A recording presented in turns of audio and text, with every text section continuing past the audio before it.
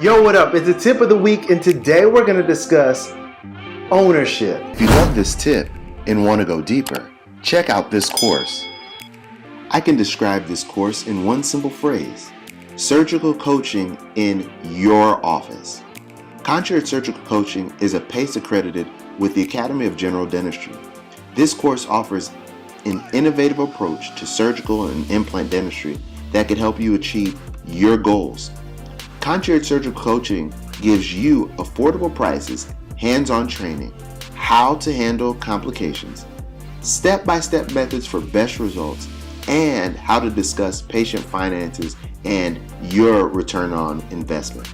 Gain the skills you can use now on your patients for tomorrow that could achieve your production, clinical goals while never booking a flight for education again. Start earning CE today. Enroll at jaredwdds.com. And should you be owning a practice right out of dental school? Well, guys, hell no! Don't even do it. Like, forget about it, guys. I know it's so tantalizing.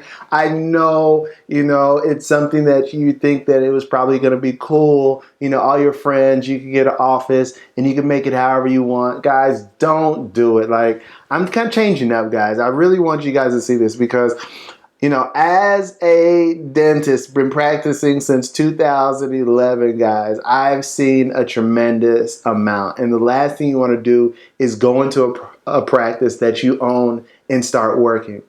Don't do it. Like, don't do it.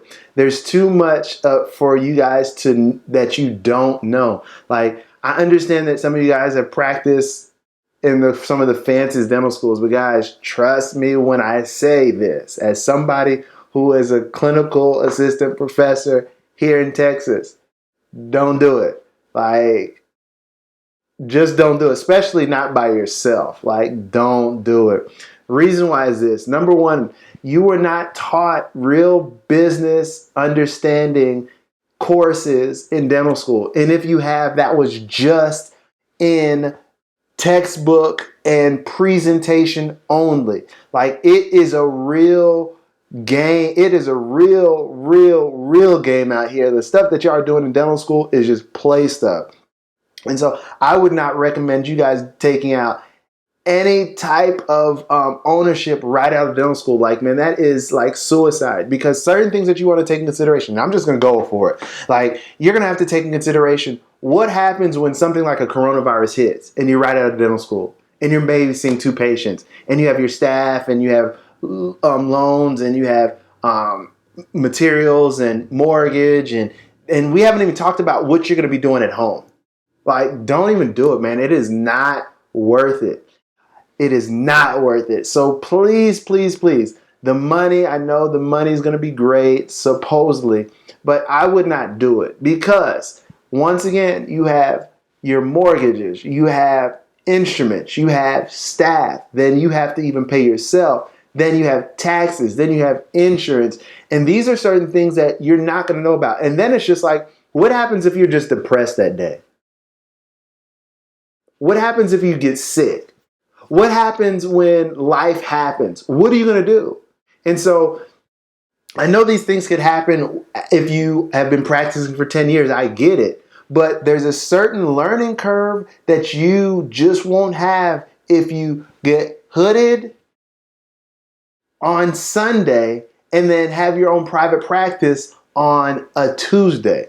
Forget about it, guys. For me, I would say steer clear. The next one is this. Money, guys. Money is a great thing when it coming to owning your private practice because you don't have to give out anything. All the money comes into you. I would say research shows that depending on the practice that you're running, the average margins are going to be 60% gone and 40% stay. All right?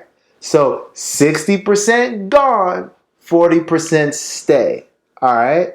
So 60% gone, 40% stay. That's if you're average. So if you're below average, I'm thinking 35 to 30% stay, 70% gone. And those are some of the same margins that you would have if you didn't own your practice. So keep that in mind. And depending on the practice that you're going to have, the margins can be a little bit different. But if you're just getting out of dental school and you're seeing maybe 2 patients to 5 patients comfortably, forget about it. Other thing is this.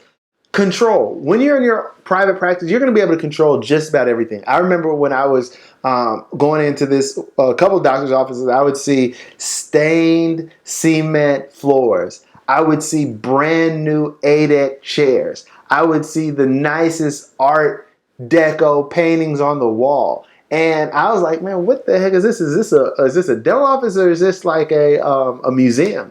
Like, I would see TVs on the wall. Now, these things are great. But the only practices I've seen that in are individuals, and they're doing well, as if they've been in the game long enough, or most of that stuff was inherited, or they just came up on just a great deal. And even then, they're probably living in a rural spot where nobody else is around, and they're just taking money in hand over foot. So just keep that in mind as you're going in. You're going to make some good money. You're going to have the control that you desire. But these are certain things I really want you to have. Then you're going to be able to control this type of staff that you have. You're going to be able to determine who comes in. But are you going to be comfortable paying them $25, $30 an hour, plus health insurance, plus 401k? And then it's just like, what happens if some of the staff members get pregnant? What happens if individuals just don't come to work? Like, what are you going to do? And these are all things that happen. It's normal. It's life. And so these are some of the controls that you're going to be able to have as you come into your as you come in as an owner of your private practice. The next thing is this, the mistakes. Guys, coming out of dental school, man, I was a mistake machine. But because I did a residency, I was able to mitigate those. And even to this day, since 2011, since I've been practicing, I know I still have mistakes that are that I'm still having to do. And so if you're just getting out of dental school and you haven't had some of the drama that I've had to go through as a practicing clinician, guys, it's challenging. And the thing is this, in a private practice of your own, you could bury your mistakes. You know, as a concierge dental surgeon, because I work in other people's offices, on other people's patients, in their offices and in their operatories, what I have to do is consider the dental assistant, the patient, then the doctor, then the office manager, and then, oh, by the way, myself.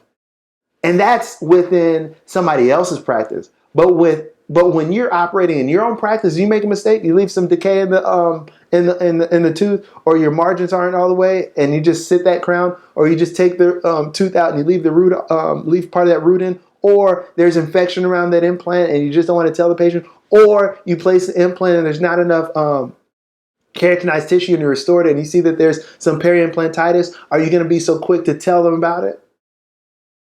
These are certain things that you're going to really have to take in consideration, because if you don't, man, these things are going to haunt you. And if they're not haunting you, you're finished, because your conscience has been seared. And so right now, like, you are literally able to bury your mistakes. And I don't know about you, I'm human, and I got a lot of them.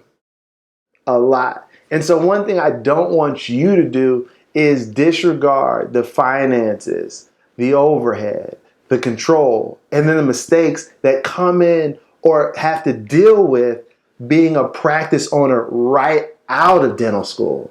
Like, oh my goodness. So I hope you receive this in all well, good form or fashion. But guys, I want the best for you. That's why I even created this channel. All right, guys, so there you have it.